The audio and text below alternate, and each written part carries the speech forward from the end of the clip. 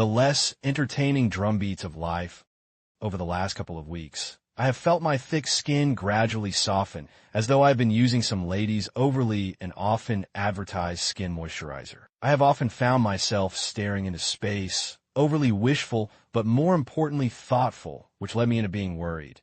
And yet I always prefer to be concerned than worried. Like Jesus, I have felt the weight of the cross of life weighing on my shoulders. Nothing good ever comes out of worrying other than stress, at least in my experience. But when I sat down and dug deeper in my thoughts, I realized it was the soundtrack of life getting harder. It was life taking back control, just when I thought I was in charge, when I thought that I'd started to figure it out, that amidst all its turbulence, I had actually found my balance. The soundtrack announcing that life is getting harder than it already was, once again, threatening to throw my fortitude off balance. Did it succeed?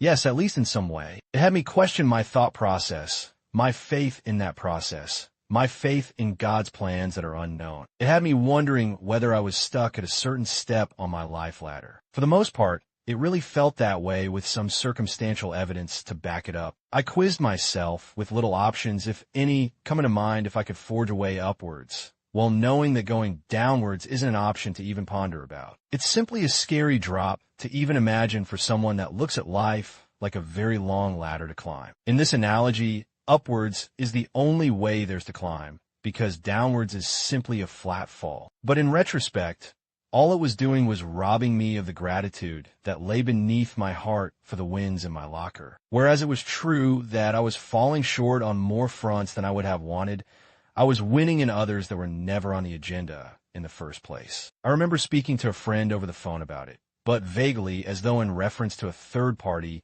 hoping less for actual answers, but more so a reassuring voice that it gets better or easier at some point. Is it even okay for someone to feel this way? I asked. Although he validated that it was okay, he was quick to point to what I was already thinking. It's better to be thankful of everything going right rather than focusing on everything that isn't, he noted while citing his recent misfortunes, but underlining how he was happy for everything that had gone right. And in a footnote, although unfortunate, with a concerning voice, he did point to a mutual acquaintance of ours who had been involved in an accident in which he sustained 3 fractures on one of his legs and had been faced with the threat of a possible amputation. At least take solace in being in good health, he added. Amidst all life's challenges and expectations that often come thick and first, it's easy to get blinded by all of it, denying you the chance to be appreciative of even your mere existence. The speed of life can often feel like lightning, and yet in those very thoughtful days, everything feels excruciatingly slow. So, when life gives you 100 reasons to break down and cry, show life that you have 1,000 reasons to smile and laugh. Stay strong. But also, I did learn that it was the natural desire for success. Like night follows day, it was the drive that kicks in to pursue bigger targets instead of taking a moment, perhaps even time, to celebrate the ones achieved. Growing up, all I ever wanted was to live in a cemented house with electricity, but as soon as those arrived, I quickly realized that I wanted more than just that. It's like success opens your mind-eye to other targets that you barely thought of. That's how it often feels in my wild world experience. And it is equally okay to keep dreaming bigger.